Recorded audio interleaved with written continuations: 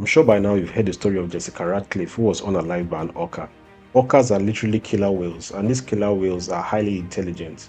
You see them being used for performances and shows. So according to the story, Jessica Radcliffe was performing with this orca on stage, and people were watching and enjoying this performance. While Jessica Radcliffe was performing with this whale, the whale took her down into the pool, and there the whale beat her, and that's how she bled. Meanwhile, people on the outside thought it was part of the show until they saw blood coming out of the pool. This was when action was taken, but apparently it was too late. They retrieved her body, and within 30 minutes of her being rushed to the hospital, she gave up the ghost, and that's how Jessica Radcliffe died. Now, to tell you the truth, that story is fabricated. It's a false story. Anywhere you've seen this news about Jessica Radcliffe and the orca, they are all fake. They have mixed AI-generated clips with real-life events, giving you a realistic feel of the scenario. Meanwhile, it's all fake. The truth is that this story stems from real events that happened in 2009 and 2010.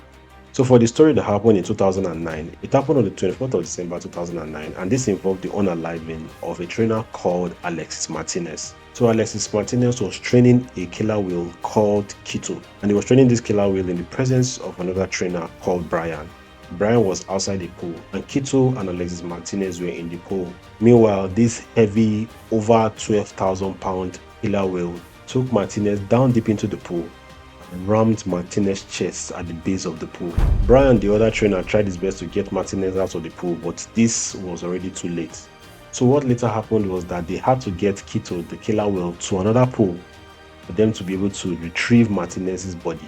By the time his body was retrieved, he was already severely bleeding internally. And this was what caused Martinez's death. So this case happened in 2009 at SeaWorld Park. And exactly 2 months later, another case will happen that will unalive a trainer called Don Brancho. On this particular day, on the 24th of February 2010, Don Brancho was doing a performance with a killer whale called Telecom. So there's this platform they usually have just beneath the surface of the pool that she was supposed to use to recline, which means just lean backwards and do some swimming techniques while the killer whale called Telecom imitates her. So Telecom pulled her by a ponytail down deep into the pool, and this caused severe head traumas for Don Brancho, and that's how Don Brancho died of both trauma and also drowning. So the events of these two trainers, Alexis Martinez and Don Brancho, were both fused together, and this was what forms the fake story of Jessica Radcliffe. So for the Don Brancho's case, the whale called Telecom had been associated with 2 other deaths from the past. A death that happened in 1991 when a trainer fell into the pool. Telecom and 2 other whales blocked the trainer from coming out of the pool, and that's how that trainer lost his life.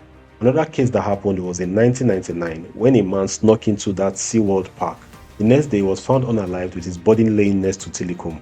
Apparently, the whale had bitten off his trunks, and that's how that man died. Out of 4 recorded incidents of people being unalived by orcas, also known as killer whales, Telecom has been associated with 3 of the 4.